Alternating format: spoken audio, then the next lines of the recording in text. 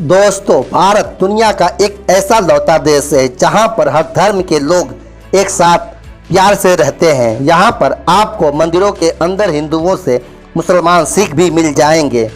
दरगाह के अंदर मुसलमानों के साथ साथ सिख और हिंदू भी कव्वाली सुनते मिलेंगे और गुरुद्वारे के अंदर सिखों के साथ साथ हिंदू और मुस्लिम लंगर खाते मिलेंगे। लेकिन इन्हीं के साथ हमारे देश में कुछ ऐसा भी मंदिर है जिनके अंदर गैर हिंदुओं के प्रवेश की मनाही है, यानी कि मंदिरों में केवल हिंदू ही जा सकते हैं।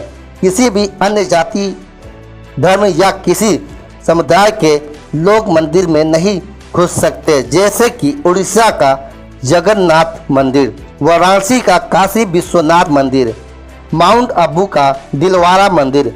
तो वहीं अगर मुसलमानों की बात करें तो उनके पवित्र स्थल मक्का में भी कोई हिंदू नहीं जा सकता। यहाँ आपने जरूर सुना होगा, पर ऐसा क्यों है? और क्या आपने कभी सोचा है कि अगर कोई गैर मुस्लिम मक्का मदीना चला जाए तो उसका अंजाम क्या होगा? हर कोई जानना चाहता है और आज की इस वीडियो में हम इसका जवाब दे रहे हैं कि मक्का मदीना में हिंदू क्यों नहीं जा सकते और कोई भी चला जाए तो उसका क्या होगा। चलिए शुरू करते हैं यह वीडियो।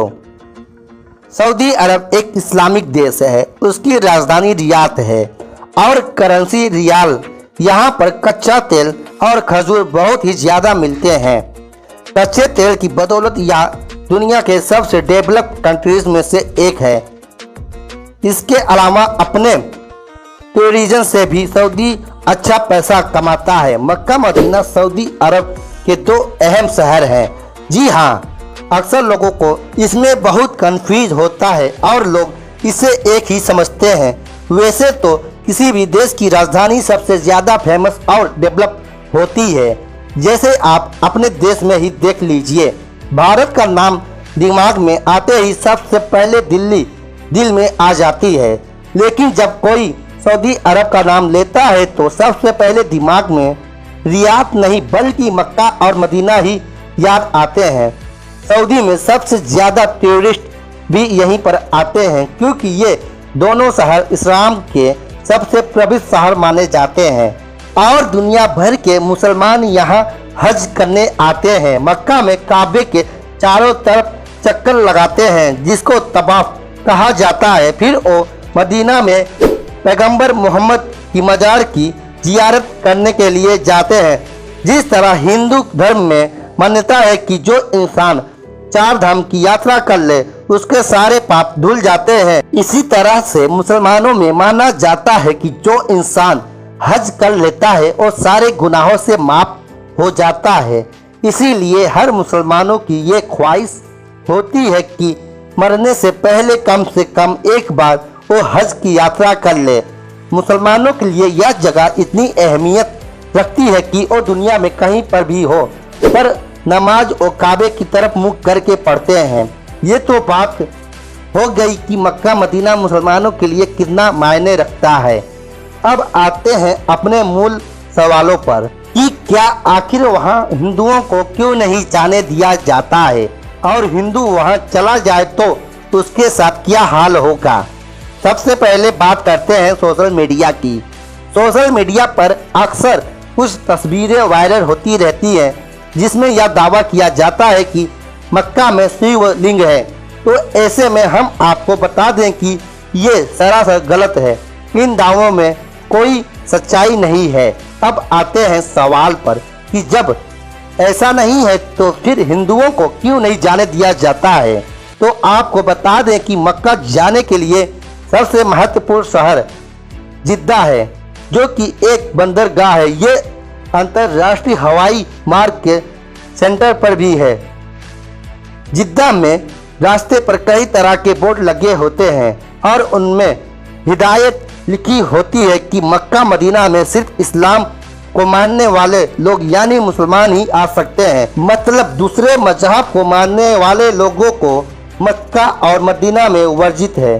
जिद्दा से मक्का जाने वाले रास्ते पर जो हिदायत या सूचना लिखी होती है वो सब अरबी जुबान में लिखी होती है, इसीलिए यहाँ हर कोई नहीं पढ़ सकता।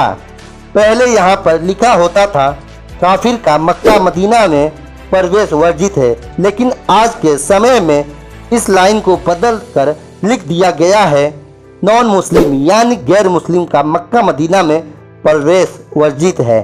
गैर मुस्लिम यानी कि हिंदू, यहूदी, फारसी और बौद्ध भी मक्का मदीना में प्रवेश नहीं कर सकते हैं। अब सवाल है कि ऐसा क्यों?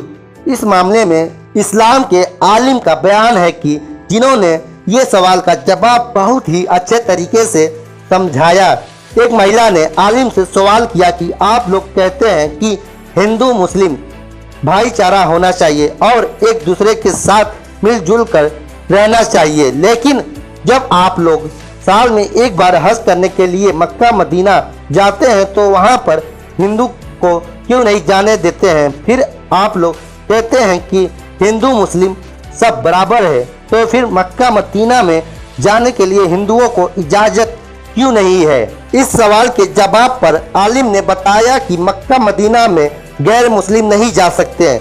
इसकी मिसाल कुछ इस तरह दी कि जिस तरह से भारत के नागरिक होने के बाद भी भारत के कुछ हिस्सों में नहीं जा सकते, खास तौर पर उन जगहों पर जहां सेना की छावनी होती है यानी कैंट वाले एरिया में। ऐसे जगह पर केवल वतन पर जान लुटाने वाले ही जा सकते हैं, जैसे सेना में भर्ती हुए जवान। ठीक इसी तरह से मक्का और मदीना भी है, जिसे इस्लाम की छावनी कहा जाता है। इसीलिए यहाँ पर केवल वही जा सकता है जो इस्लाम पर अपनी जान लुटा सकता है। इसीलिए मक्का मदीना में केवल मुसलमानों को ही जाने की इजाज़त है। आलिम ने एक बात और कही, जब हम एक देश से दूसरे देश जाते हैं तो वहाँ वीज़ा की ज़रूरत पड़ती है। अगर हमारे पास वीज़ा नहीं है तो हमें किसी भी दूसरे शहर का टिकट नहीं दिया जाएगा। ऐसे ही मक्का मदीना जाने के लिए भी वीज़ा की ज़रूरत होती है। हम एक देश से दूसरे देश जाते हैं तो वहाँ वीज़ा की ज़रूरत पड़ती है और वह वीज़ा इस्लाम का कलमा है। अगर कोई मक्का मदीना जाना चाहता है तो वो कलमा पढ़ ले, उसके बाद आराम से मक्का मदीना जा सकता है। तो दोस्तों, इस कारण से मक्का मदीना में गैर मुस्लिम और इस्लाम को न मानने वाले को जाने से रोका गया है। अब आते हैं अपने दूसरे सवाल पर कि क्या अगर कोई हिंदू मक्का मदीना चला गया तो क्या होगा। बता दें कि मक्का में जाने के लिए एक विशेष परमिट की आवश्यकता पड़ती है, जो इस बात का सबूत होता है कि यहाँ जाने वाले व्यक्ति मुस्लिम है। परमिट देते वक्त इस बात का विशेष ख्याल रखा जाता है कि यहाँ गलती से भी गैर मुस्लिम ना जाने पाए। मान लीजिए कि गैर वाजूद कभी ऐसा हो जाता है तो उस इंसान पर सरकार की ओर से जुर्माना लगाया जा सकता है या उसे देश से निकाला भी जा सकता है। ऐसी मान्यता है कि किसी भी गैर मुस्लिम के प्रवेश करने से इससे यह पाक जगह खंडित हो जाएगी। उम्मीद है कि आप लोगों के सारे सवालों का जवाब आप लोग को मिल गए होंगे। अगर अभी आपके मन में कोई सवाल बची हो तो हमें कमेंट बॉक्स में ज़रूर कमेंट करके बताएं। तो दोस्तों, आप लोग हमारे इस YouTube चैनल पे नए आए हो तो हमारे इस रियल हिंदी नॉलेज चैनल को सब्सक्राइब कर लें, वीडियो को एक लाइक कर दें। दोस्तों, यह वीडियो अपने दोस्तों के पास भी शेयर करें। अगर आप लोग की कोई और सवाल है तो हमारे इस YouTube के कमेंट बॉक्स में कमेंट करके हमसे पूछ सकते हैं। फिर मिलते हैं एक नए वीडियो के साथ, तब तक के लिए जय हिंद।